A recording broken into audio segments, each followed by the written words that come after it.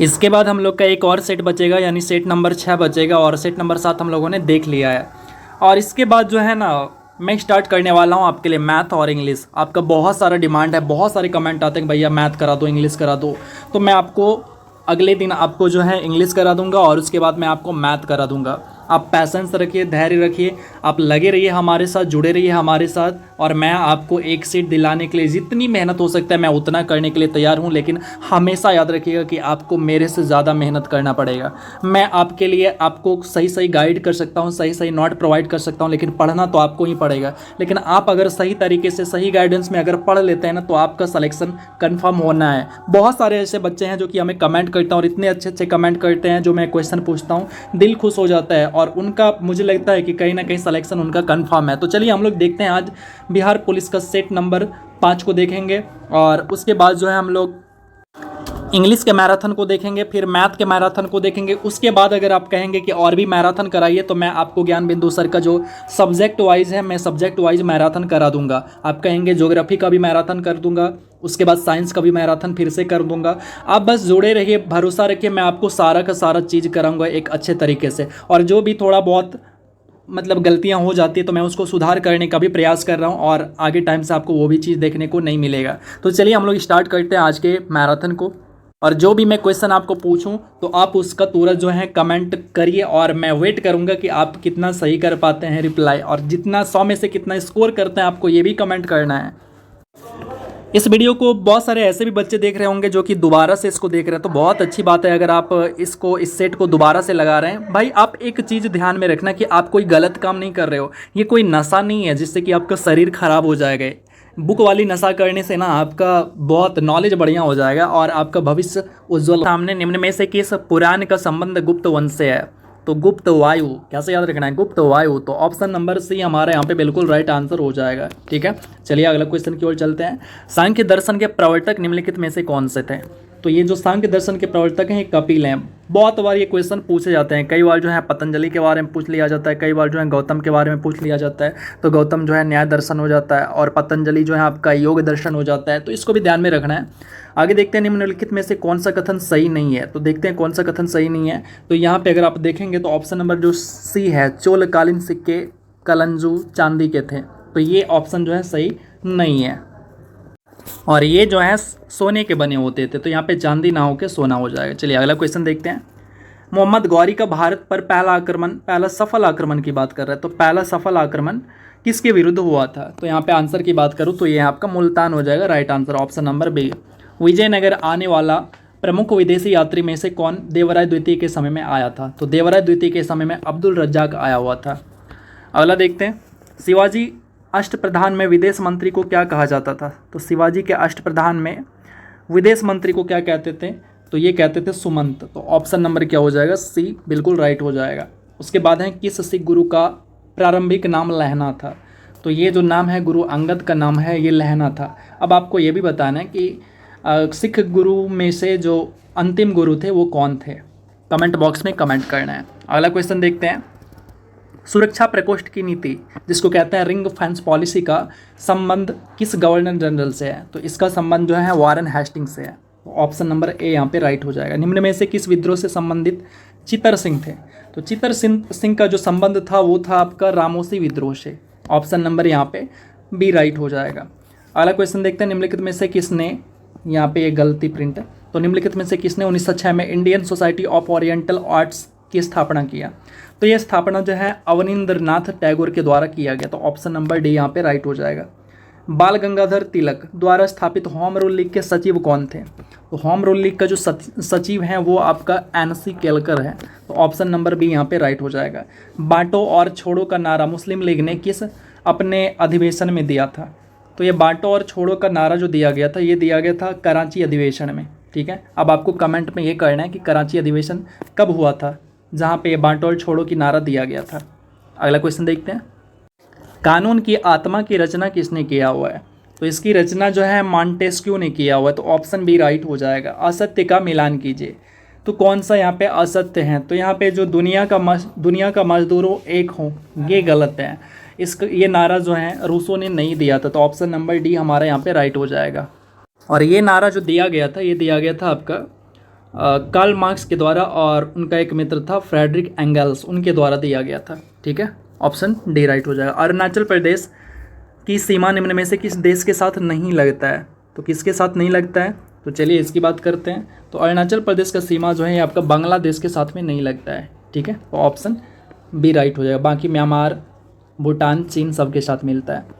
उत्तरी सह्याद्री की सर्वोच्च शिखर कौन सा है? तो इसका सर्वोच्च शिखर है कालसुबई, ऑप्शन ए हो जाएगा। किस चैनल द्वारा मालदीव और मिनी कॉय को अलग किया जाता है? तो ये आपका 8 डिग्री चैनल, 8 डिग्री चैनल के द्वारा मालदीव और मिनी कॉय अलग होता है। अगला क्वेश्चन देखते हैं। जोवाई, सुकरी और जोजारी किस नदी की प्रमुख सहायक नदी हैं? तो ये जो नदी है आपका लूनी नदी की सहायक नदी है। ऑप्शन नंबर यहाँ पे डी बिल्कुल राइट आंसर हो जाएगा। निम्न में से कौन सा झील तमिलनाडु और आंध्र प्रदेश की सीमा के बीच साझा करता है? तो ये कौन सा झील है? ये है आपका पोलीकट झील, जो कि आंध्र प्रदेश और तमिलनाडु के बॉर्डर पे है। अगला क्वेश्चन देखते हैं। होगेनकल, भार चुक्की एवं बलमोरी जलप्रपात किस नदी के ऊपर अवस्थित है? तो ये है आपका कावेरी नदी के ऊपर स्थित है। तो ऑप्शन यहाँ पे बी राइट हो जाएगा। जलोढ़ मिट्टी के बारे में निम्नलिखित में से कौन सा कथन असत्य है? तो कौन सा कथन असत्य है? तो ये पुराने को खादर एवं नए को बांगर कहते हैं, ये वाला कथन असत्य है, क्योंकि इसका उल्टा कर दीजिए, पुराने को बांगर कहते हैं और नए को खादर कहते हैं। ठीक है, चलिए अगला क्वेश्चन देखते हैं। असत्य का मिलान करना है, तो चलिए असत्य का मिलान करते हैं। यहाँ पे कह रहे कौन सा असत्य है? तो असत्य की बात करूँ तो ये केंद्रीय कपास अनुसंधान केंद्र, ये अहमदाबाद, ये गलत है, अहमदाबाद में ये नहीं है। आपको बताना है कि ये कहाँ है, तो हमारे लिए आंसर पहला ही हो गया। ठीक है, बाकी सारे के सारे सही है। राष्ट्रीय चाय अनुसंधान केंद्र जोरहट, ये सही है। अच्छा, ये 64 सीट वाला दरोगा में एक क्वेश्चन आया था कि चाय के लिए असम का कौन सा क्षेत्र फेमस है? तो जिसमें कि ऑप्शन में था जोरहट था, दार्जिलिंग था, तो वहाँ पे मोस्टली बच्चा जो है दार्जिलिंग मार के आया था, जबकि जोरहट वहाँ पे राइट होता है। ठीक है, चलिए अगला क्वेश्चन देखते हैं। राजस्थान की देगाना किस खनिज पदार्थ के लिए प्रसिद्ध है? तो ये जो है आपका टंगस्टन के लिए प्रसिद्ध है। किसके लिए? तो टंगस्टन के लिए। टंगस्टन का यूज आपको पता है कहाँ पे करते हैं? तो फिलामेंट बनाने के लिए इसका उपयोग करते हैं।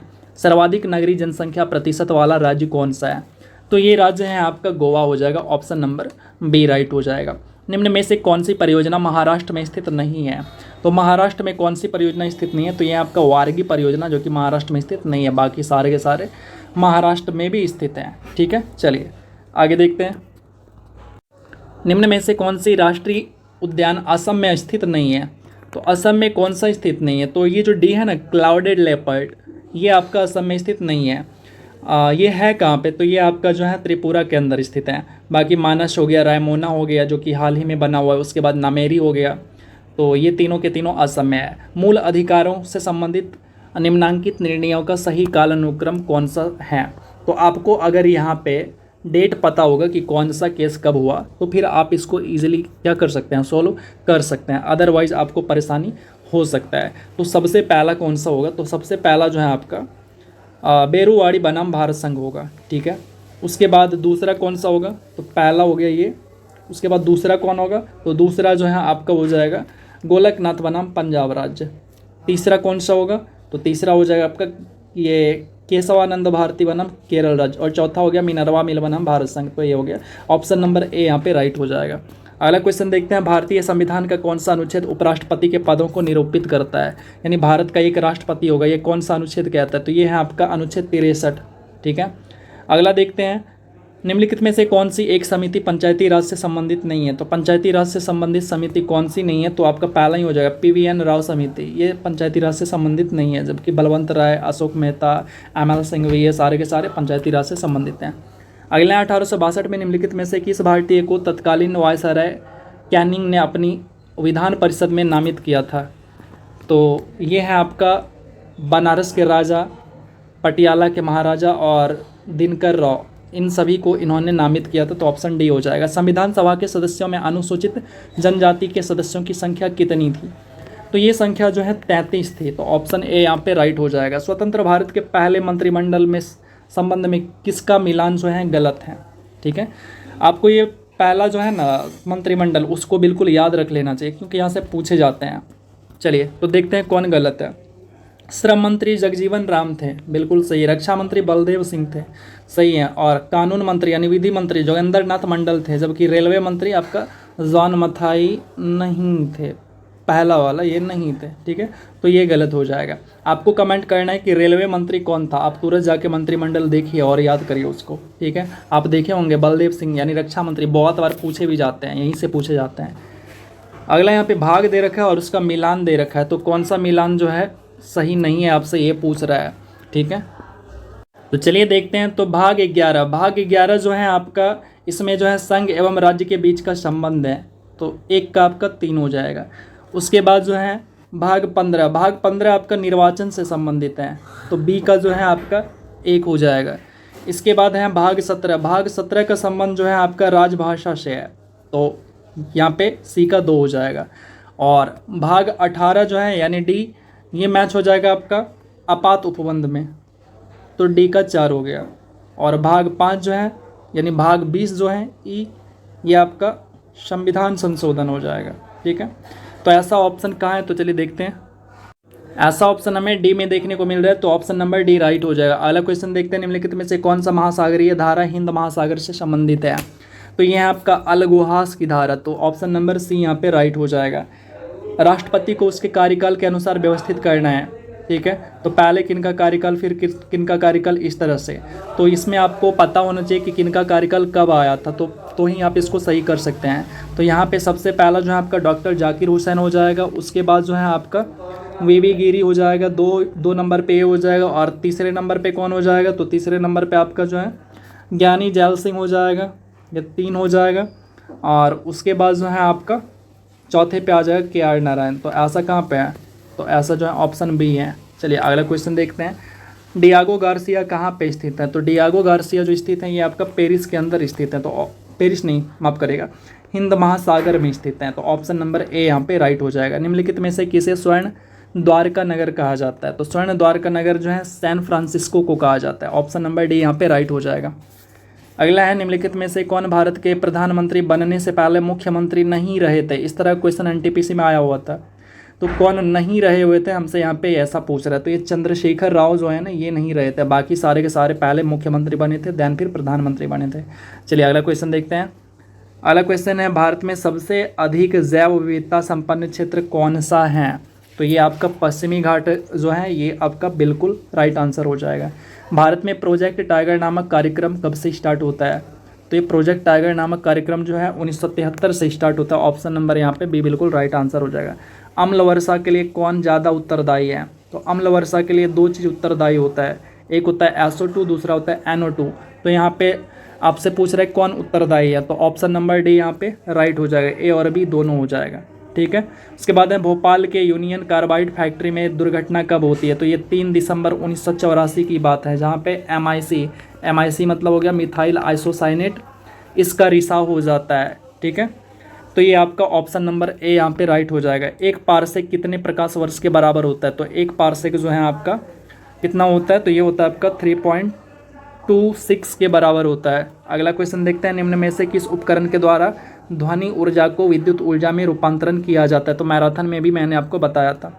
तो ये आपका किसका हो जाएगा, तो ये जो आप देख रहे हैं कौन सा, तो ये माइक जो देख रहे हैं यानी माइक्रोफोन, ये आपका राइट आंसर हो जाएगा। अच्छा, लाउड स्पीकर क्या करता है, आप हमें कमेंट में बताइए, सितार के बारे में बताइए और सोलर सेल के बारे में भी बता दीजिए, तीनों के बारे में बताइए, ठीक है। अगला क्वेश्चन देखते हैं। सरल आवर्त गति करने वाला कण जब अपनी मध्यमान स्थिति में गुजरता है तो निम्न में से कौन सा अधिकतम होता है, तो उस केस में जो है गतिज ऊर्जा बढ़ जाती है, यानी गति होने पे गतिज ऊर्जा बढ़ जाती है, ठीक है। तो ऑप्शन नंबर डी यहाँ पे राइट आंसर हो जाएगा। ध्वनि के किस गुण के कारण तेज या मंद सुनाई देता है, तो ये जो सुनाई देता है ये प्रबलता के कारण, जिसको लाउडनेस कहते हैं, तो लाउडनेस के कारण ऐसा हो पाता है। उसके बाद है, ठोस में ऊष्मा का संचरण किस विधि से होता है, तो ठोस में ऊष्मा का संचरण जो है मात्र चालन के द्वारा होता है, जबकि द्रव और गैस के अंदर जो है आपका कौन सा हो जाता है, संवहन होता है, ठीक है।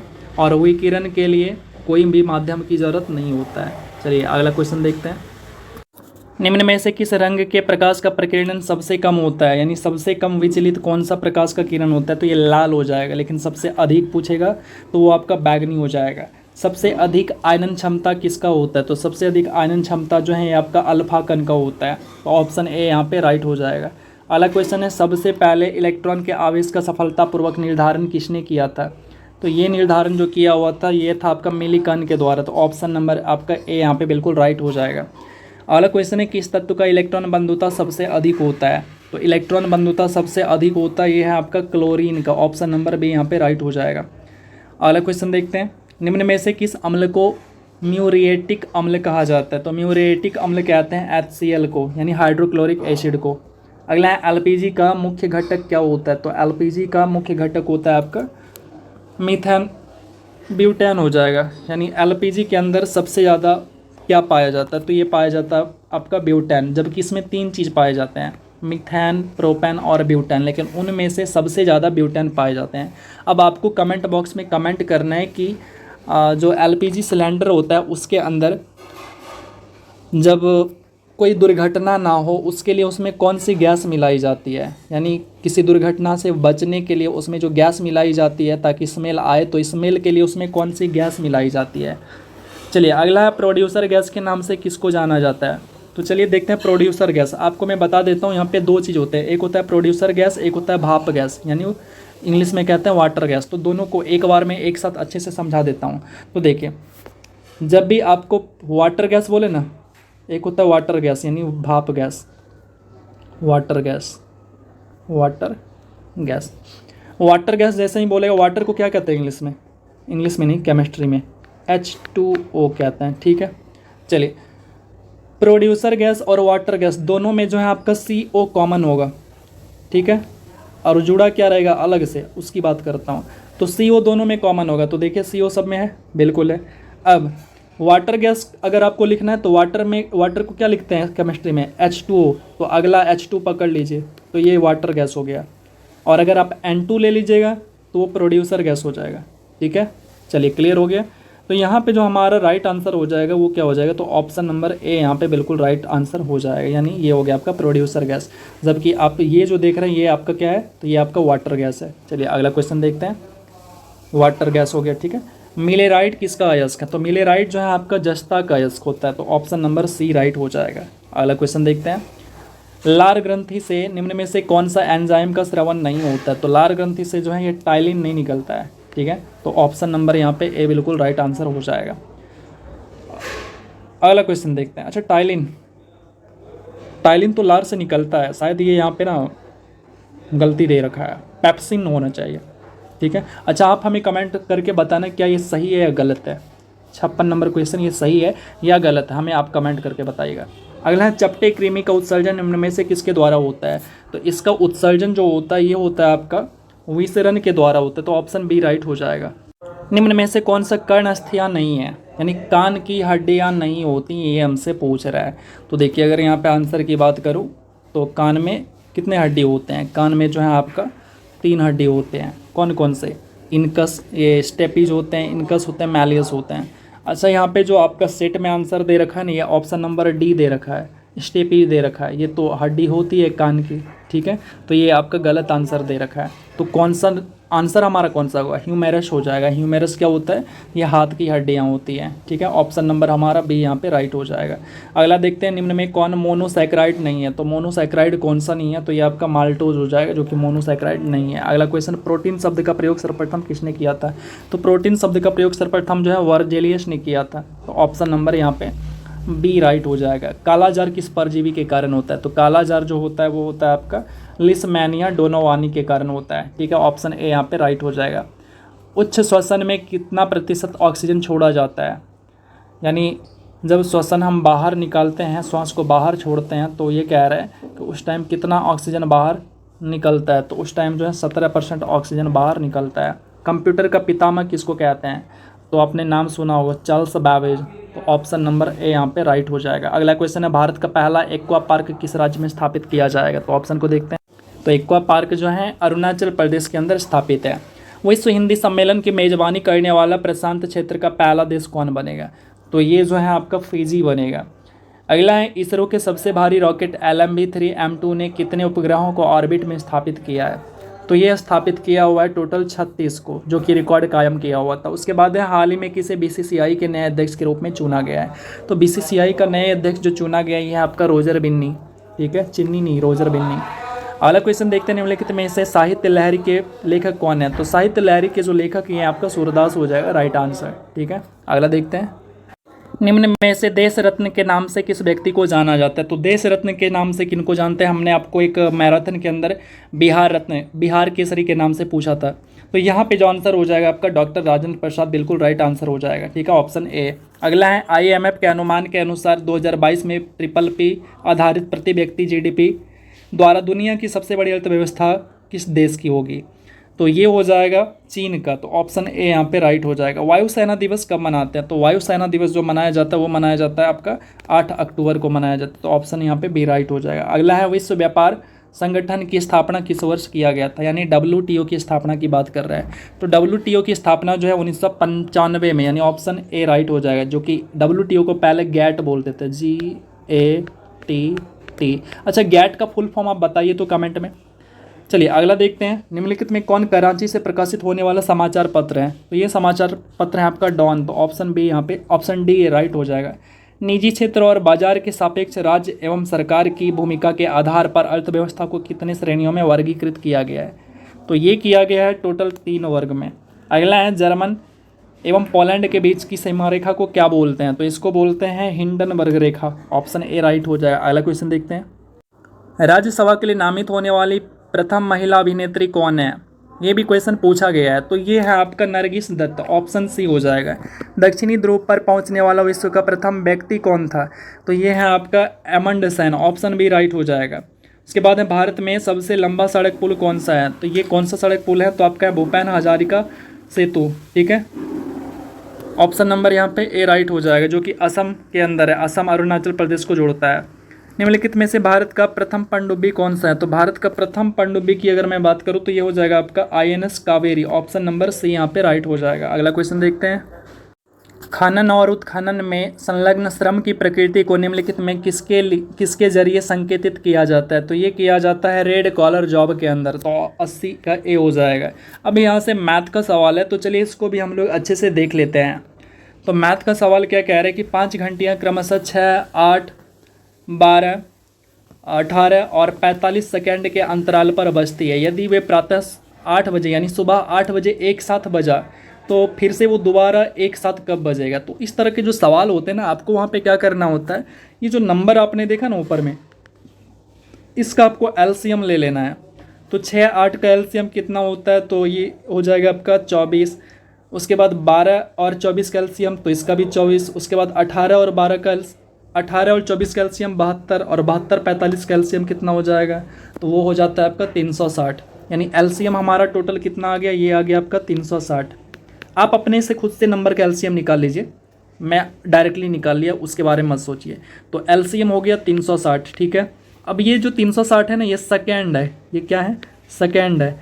अब क्या करना है कि हमें जो है इसको क्या बनाना है, मिनट बनाना है। तो उसके लिए हमें 60 से इसको भाग देना पड़ेगा। 60 से जैसे ही भाग दूंगा 6, ये जो है 6 बार में कट जाएगा। तो 6 आया हमारा कितना, 6 मिनट आया, यानी सेकेंड को मैं क्या कर दिया, मिनट बना दिया। तो 6 मिनट के बाद 8 बजे से, यानी 8 बजे एक बार बजा है साथ में, तो 8 बजे के बाद 6ठा मिनट में सारे के सारे घंटी जो हैं एक बार बज जाएगा। तो ऑप्शन नंबर बी हमारा यहाँ पे राइट हो जाएगा। चलिए अगला क्वेश्चन देखते हैं।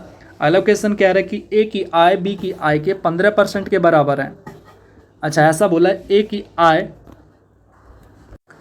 आय का 5%, बी की आय के 15% के बराबर है, ठीक है।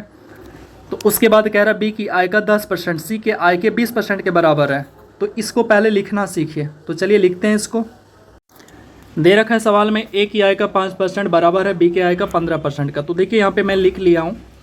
तो इसको क्या करना है, आपको कट करना है। तो 100 से 100 कैंसिल हो जाएगा। उसके बाद जो है इस 5 से इसको कट कर सकते हैं 3 बार में, ठीक है। चलिए अब यहाँ पे इस 10 से इस 10 को कैंसिल कर सकते हैं। यहाँ पे दूसरा जो डाटा दे रखा था, कह रहा था बी का आय का 10%, सी के आय के 20% के बराबर है। तो 10% को 1/10 और 20% को 20/100, 0 से 0 कट किए और 2/10 लिखे थे इसलिए। अब यहाँ पे क्या करना है, डाटा को हमें यहाँ पे रेशियो निकालना पड़ेगा, ए अनुपात बी अनुपात सी निकालना पड़ेगा। तो उसके लिए कैसे निकालेंगे, तो देखिए पहले इस वाले अनुपात में देखिए, इस वाले अनुपात में क्या दे रखा है, हमें ए अनुपात बी मिला।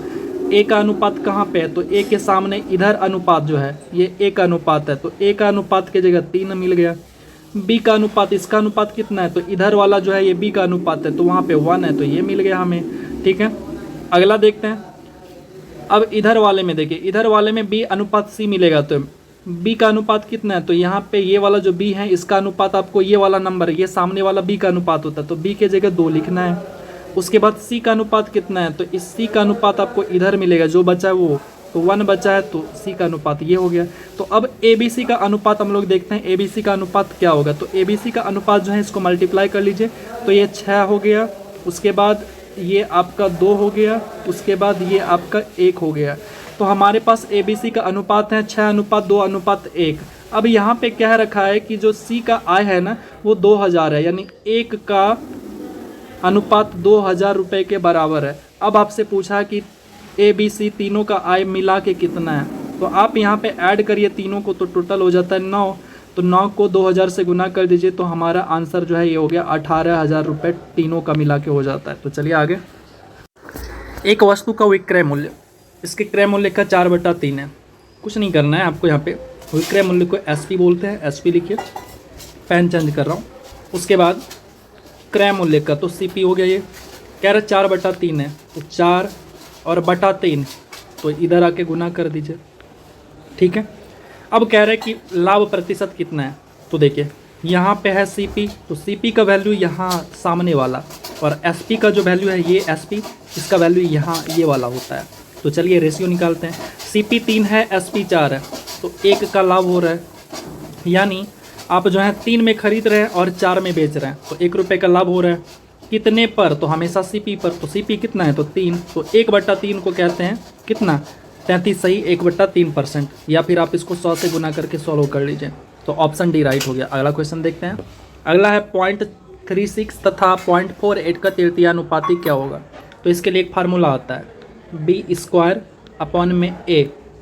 इस पे आप इसको सॉल्व कर लीजिए, आपका राइट आंसर आ जाएगा B² ठीक है। अब इसका क्या मतलब है, तो इसका मतलब यही है, ये आपका B हो गया, ये आपका A हो गया, तो 0.48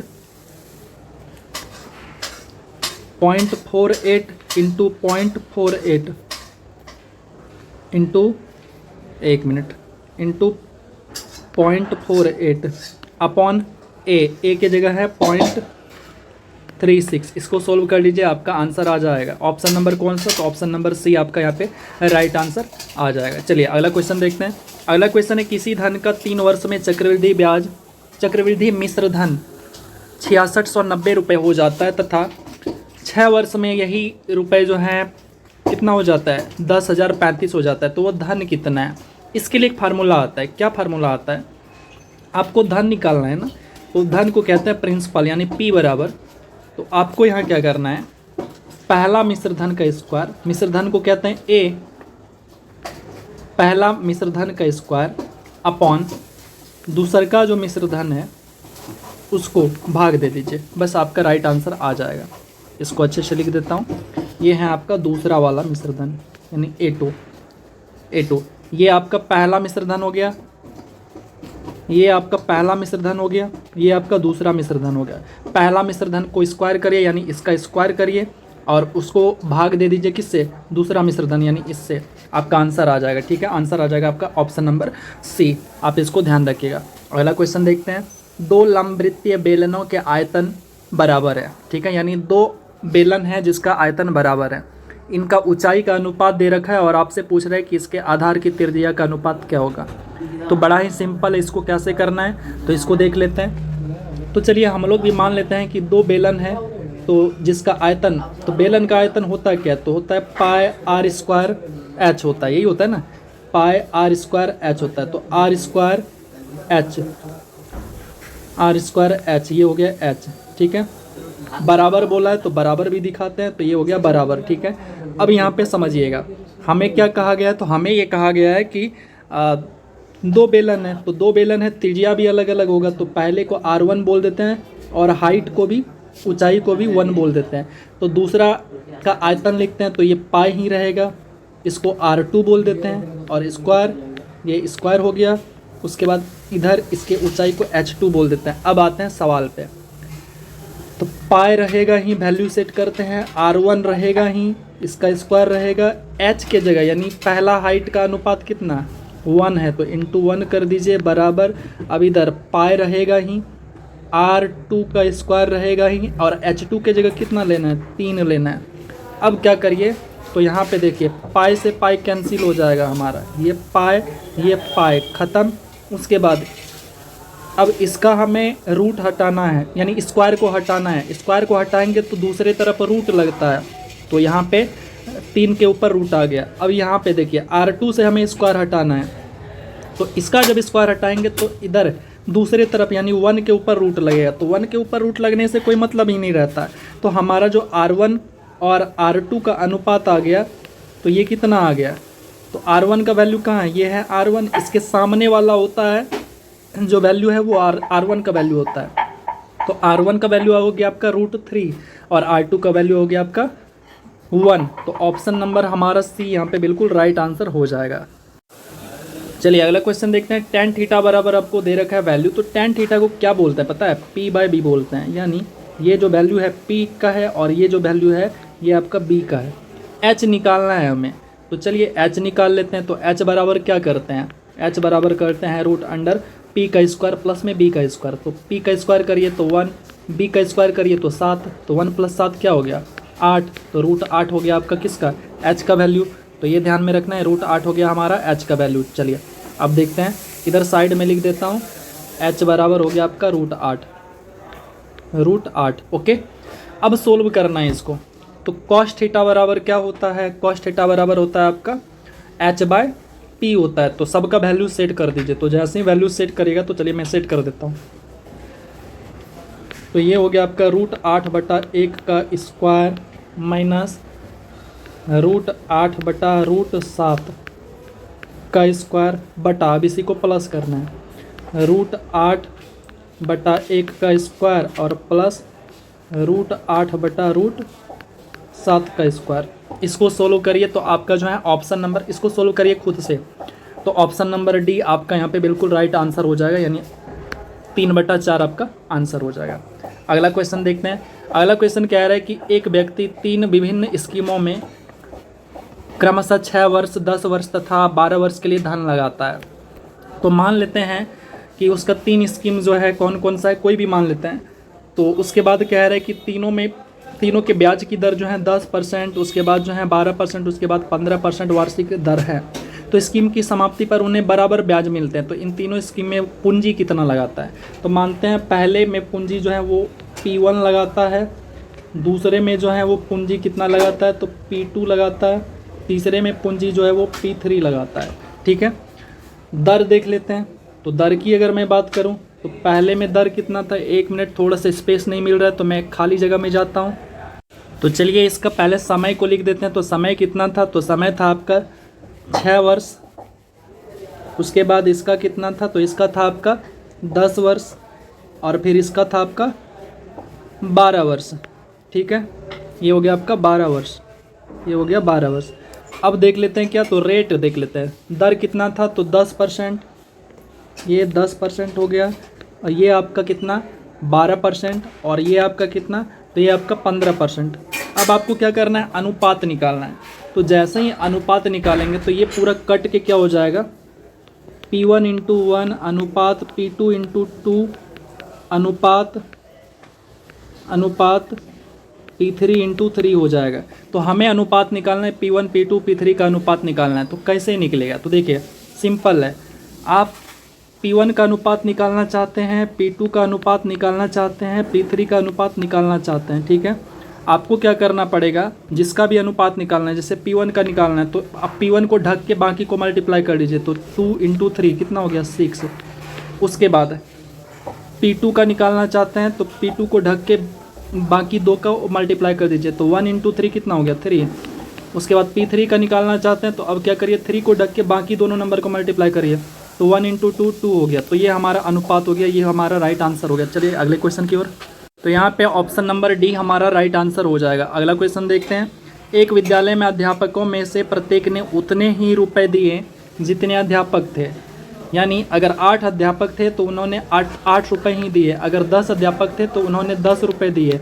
ठीक है, तो इसका मतलब क्या हुआ पता है, ये जो है एक स्क्वायर नंबर बन रहा है, एक स्क्वायर नंबर बन रहा है। ठीक है, तो ये आपका जो बना स्क्वायर नंबर बना है, तो हमसे संख्या पूछेगा तो इसका स्क्वायर रूट निकाल लेंगे। तो अब कह रहे कि यदि कुल धन 324 रुपये एकत्रित किया गया हो तो अध्यापकों की संख्या कितनी है। तो 324 का क्या करिए, स्क्वायर रूट निकाल दीजिए। तो जैसे स्क्वायर रूट निकालेंगे तो हमारा आंसर क्या हो जाएगा, 18। तो ऑप्शन नंबर यहाँ पे बी ए बिल्कुल राइट आंसर हो जाएगा। अगला क्वेश्चन देखते हैं। निम्नलिखित में से अशुद्ध वाक्य को पहचानिए। तो अशुद्ध कौन सा है, तो यहाँ पे अगर मैं आंसर की बात करूँ तो अशुद्ध है आपका ऑप्शन नंबर बी, मेरे ऊपर कृपा करें। तो ये गलत है। अगला है इत्यादि का सही संधि विच्छेद क्या होगा, तो इति प्लस आदि, ऑप्शन ए राइट हो जाएगा। निम्नलिखित में से कौन सा बहुब्रीहि समास का उदाहरण है। तो बहुब्रीहि समास का उदाहरण कौन सा है, तो ये आपका है दशानन। दशानन बोलते ही दिमाग में क्या आता है, रावण। इसमें प्रथम पद और उत्तर पद ये दोनों के दोनों क्या हैं, गौण है।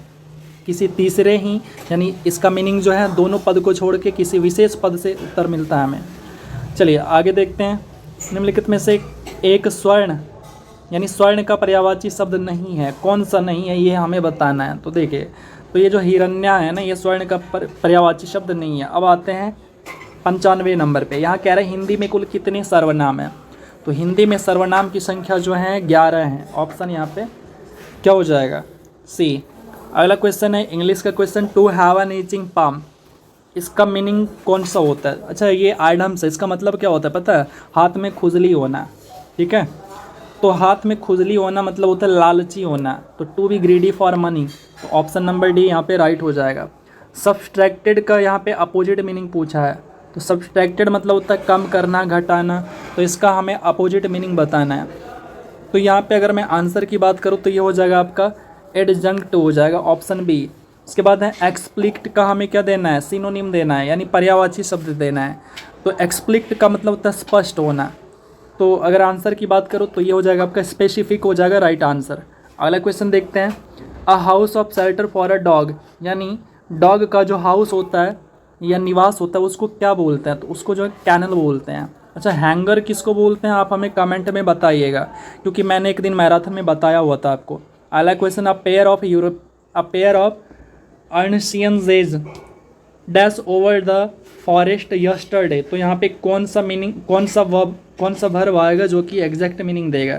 तो सबसे पहले देखिए यहाँ पे यस्टरडे है, तो यस्टरडे है तो आपको ये समझ जाना चाहिए कि यहाँ पे V2 आएगा, जो भी आएगा वर्ब का दूसरा रूप आएगा। तो फ्लॉन नहीं आ सकता, फ्लाई नहीं आ सकता। ठीक है, और जब मैंने कहा V2 आएगा तो पास्ट टेंस है ये, तो पास्ट टेंस में डीड का यूज करेंगे ही नहीं, फ्लू करेंगे। तो ऑप्शन सी यहाँ पे राइट हो जाएगा। अगला क्वेश्चन, चलिए यहाँ पे हमारा मैराथन खत्म हो जाता है और कल आपका देखने को मिलेगा इंग्लिश का मैराथन। सो बने रहिएगा, आपको एक एक करके सारा कुछ हम प्रोवाइड कराएंगे। और आपको PDF चाहिए तो आप डिस्क्रिप्शन बॉक्स में जाइए, डिस्क्रिप्शन बॉक्स में आपको लिंक मिल जाएगा, ग्रुप का लिंक मिल जाएगा, आप वहाँ पे आइए। कोई प्रॉब्लम है तो बात कर सकते हैं। तो चलिए मिलते हैं फिर अगले वीडियो में, तब तक के लिए लव यू ऑल।